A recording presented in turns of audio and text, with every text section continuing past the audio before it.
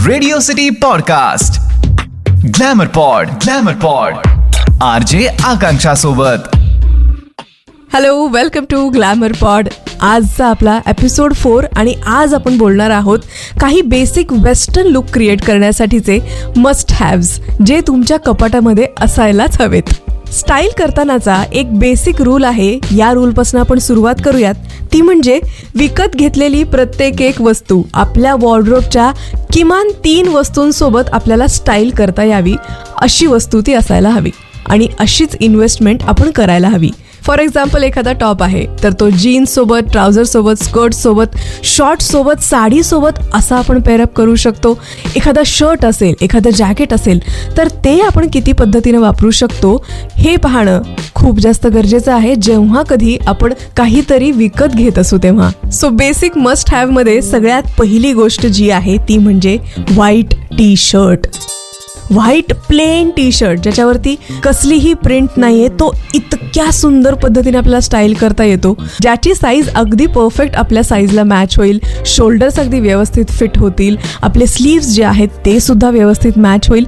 अशा पद्धतीचा हा प्लेन व्हाईट टी शर्ट आपल्या कपाटामध्ये असणं खूप जास्त गरजेचं आहे.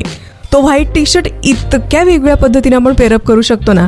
साध्या स्कर्ट्सवरती, आपल्या साध्या ट्राउझर्सवरती, जीन्सवरती, फॉर्मल्ससोबत, ब्लेझरच्या आतून अशा कित्येक वेगवेगळ्या व्हरायटीमध्ये आपल्याला तो पेअरअप करता येतो. त्यामुळे सगळ्यात पहिला म्हणजे तो प्लेन व्हाईट टी शर्ट.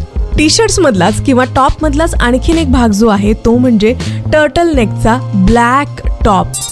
म्हणजे अगदी पूर्ण, अगदी मानेपर्यंत, गळ्यापर्यंत पूर्ण कव्हर होईल असा तो टर्टल नेकचा फुल स्लीव्ज असलेला असा जर का ब्लॅक टॉप तुमच्याकडे असेल तर ट्रस्ट मी, साडीपासनं ते अगदी फॉर्मल वेअरपर्यंत तुम्ही तो स्टाईल करू शकता. हां, अगदी टोटली वेगळ्या कलरची साडी आहे आणि त्यासोबत तुम्ही असा फुल ऑन ब्लॅक फुल स्लीव्सचा टर्टल नेक टॉप जर का तुम्ही त्याच्यासोबत पेअरअप केला ना तर ते इतकं सुंदर कॉम्बिनेशन्स दिसतं. तुम्ही गुगलसुद्धा करू शकता हे सगळे कॉम्बिनेशन्स पाहण्यासाठी.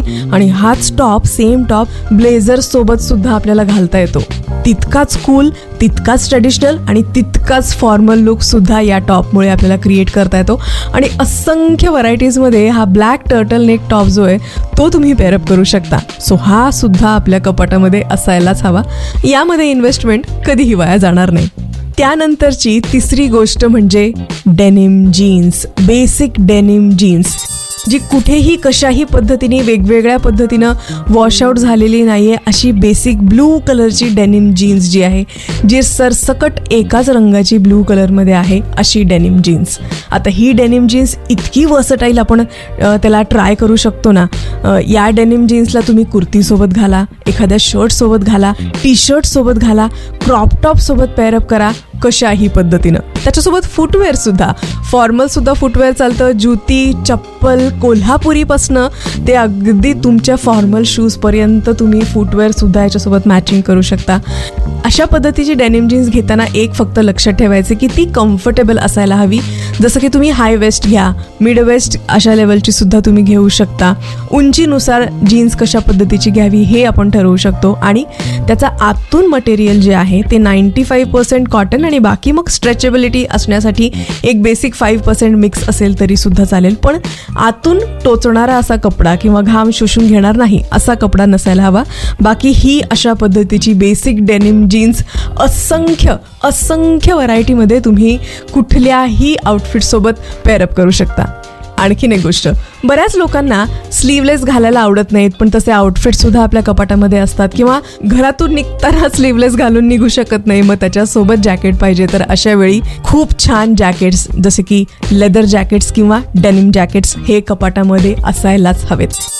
बेसिक ब्लू डेनिम जॅकेट आणि लेदरमध्ये ब्राऊन असेल, ब्लॅक असेल, बेज कलर असेल किंवा खूप नेव्ही ब्लू कलर वगैरे अशामध्ये इन्व्हेस्ट करायला पाहिजे. आता बेसिकली जेव्हा आपण असे डेनिम जॅकेट विकत घेतो ना त्याला खूप जास्त चंकी पंकी, इकडून चेन्स, तिकडून स्टिकर्स, तिकडून काहीतरी माळा लावलेल्या असं सगळं न करता अगदी प्लेन, ज्याला एखादी अशी चेन आहे, कॉलरच्या तिथे थोडंसं चेन डिटेलिंग आहे, आपल्या स्लीव्सच्या तिथे कुठेतरी थोडंसं चेन डिटेलिंग असेल तर दॅट्स इनफ. अशा पद्धतीचे डेनिम जॅकेट जॅकेट्स किंवा लेदर जॅकेट्स जे आहेत हे सुद्धा एक मस्ट हॅव मध्ये आहेत, जे खूप जास्त सुंदर दिसतात, ज्याला आपण कशाही पद्धतीने म्हणजे स्कर्ट सोबत, कुर्तीत सोबत, स्लीवलेस टॉप्स असतील तर तसे कसेही वाटेल तसे आपण त्याला स्टाईल करू शकतो.